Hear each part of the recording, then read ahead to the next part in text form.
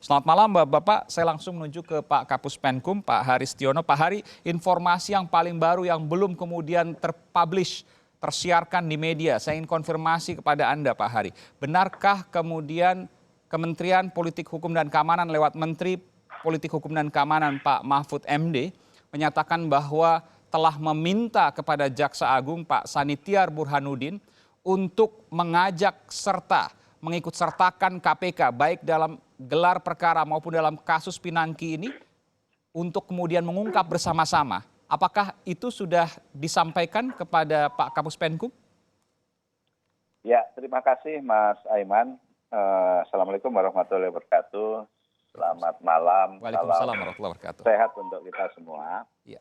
Ya benar bahwa penyidik pada Direktorat Penyidikan Jaksa Agung Muda Tindak Pidana Khusus telah melakukan rangkaian kegiatan penyidikan dalam rangka membuktikan sangkaan terhadap tersangka oknum jaksa PSM dan yang baru ditetapkan atas nama JST. Kami juga sudah mendengar bahwa sebetulnya rangkaian koordinasi antara penyidik kami dengan Komisi Pemberantasan Korupsi itu sudah terjalin sejak dilakukan penyidikan. Artinya sejak adanya surat pemberitahuan dimulainya penyidikan itu ditembuskan ke KPK. Oke, sebagai informasi saja begitu Pak ya? Nah, sejak itu terjalinlah koordinasi antara kami dengan KPK. Nah, tentunya kami tidak bisa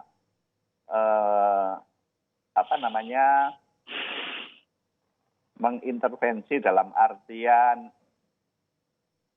kewenangan yang ada di dalam KPK dan tugas-tugas KPK, sehingga kami berjalan pada koridor yang menjadi tugas kami.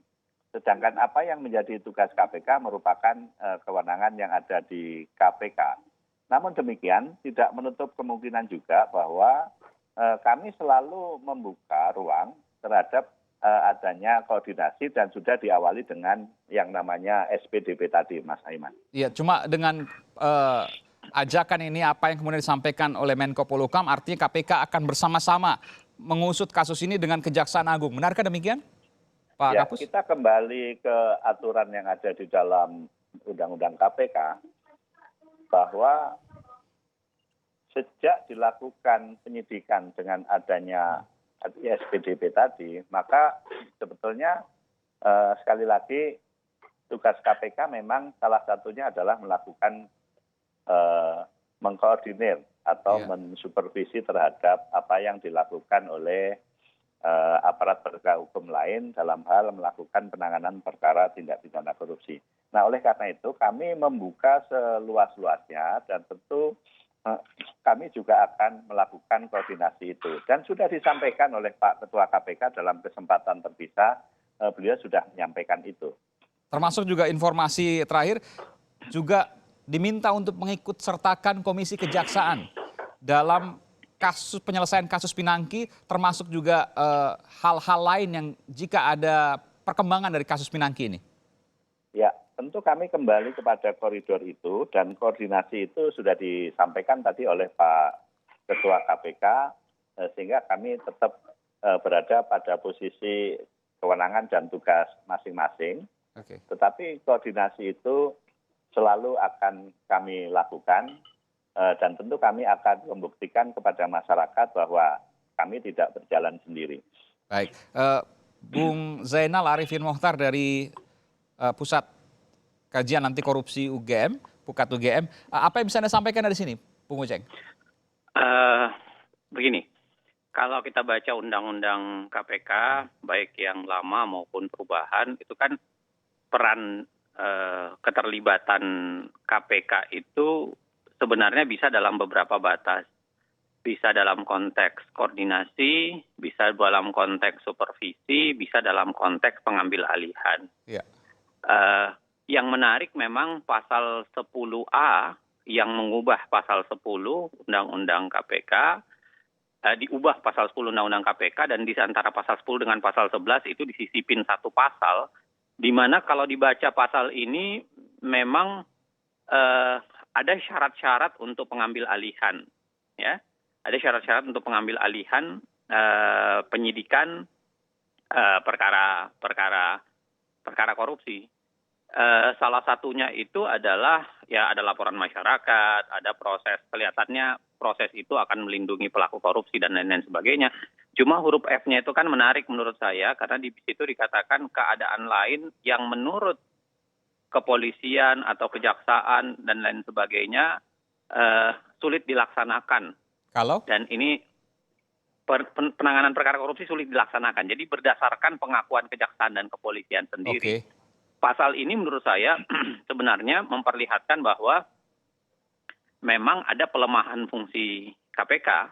Jadinya KPK tidak bisa lagi mengambil alih dengan lebih mudah, tapi kemudian harus semacam ada kesepakatan kolektif pertemuan. Jadi ginilah, sederhananya kalau kita mau bicara bahwa KPK wajarkah mengambil alih, kan di logika kita itu kalau baca undang-undang dan baca tipologi pemberantasan korupsi, kita mudah menyederhanakan bahwa satu, kalau kejaksaan dan atau kepolisian itu tidak serius dalam penanganan korupsi, ada peluang untuk melindungi pelakunya, sebenarnya KPK harus ambil alih. Ya. Atau yang kedua adalah demi menghindari konflik kepentingan. Karena ada kemungkinan sulit terlaksana. Baik, Bung Uceng, dari dua hal ini, apa yang kemudian Anda lihat di kasus Pinangki di Kejaksaan? Nah, yang saya mau bilang begini, kalau ditanyakan ke saya apakah baik dari segi kejaksaan tidak menanganinya dengan baik atau tidak, atau kemudian ada transparansi atau tidak, ada konflik kepentingan atau tidak, ini terjawabnya ke depan. Ya. Apakah wajar untuk KPK ambil alih? Saya pikir iya. Tapi persoalan terbesar sendiri adalah di tubuh KPK-nya sekarang, pertanyaan menurut saya. Dengan KPK sudah didomestikasi, sudah dijinakkan menurut saya belakangan, apakah KPK bisa lebih independen mengerjakan itu? Apakah KPK jauh lebih transparan dalam penanganan perkara? Kalau dengar-dengar cerita di dalam sendiri yang kemudian terlempar keluar, KPK sendiri yang tidak pengen ngambil alih. Meskipun Ketua KPK, pimpinan KPK, Wakil Ketua KPK Pak Nawai Pomolango, ketika saya berbincang langsung dengannya, ia mengatakan bahwa serahkan saja ke KPK. Ini sudah merupakan semangat dari KPK. Iya, karena saya dengar-dengar perdebatannya 4-1 di sana. Ya, wallahu alam ini benar atau tidak. Perdebatannya 4-1. 4 yang mengatakan tidak perlu, 1 yang mengatakan perlu, wallahu alam. Bagi saya adalah ada kondisi objektif bahwa sebenarnya perkara ini harusnya pindah. Tapi secara peraturan perundang-undangan untuk pindah itu memang ada kondisi legalnya juga. Baik, Bung Uceng, di mana kita sampai ada situ. Prasyarat-prasyarat yang harus terpenuhi. Iya, apa yang paling menurut Anda, argumentasi paling kuat sehingga kasus Pinangki menurut Anda harus pindah ke KPK? Kalau saya tadi sudah terpenuhi semua unsurnya ya. Apa? Kita bongkar satu-satu. Ada kesan satu, ada penanganan yang agak terkesan melindungi. Terkesan melindungi, oke. Terkesan melindungi. Tapi ini pun harus kita lihat secara lebih lanjut menurut saya. Yang kedua adalah perkara ini sangat tinggi konflik kepentingan. Konfliknya sangat tinggi magnitudenya karena kemudian Pinangki sendiri dalam beberapa seliweran itu menyebutkan nama petinggi kejaksaan itu sendiri, ya, bahwa sudah koordinasi dan lain-lain sebagainya. Itu yang kemudian membuat ini seakan-akan sulit. Nah, pertanyaan saya adalah apakah KPK memang mau ambil alih?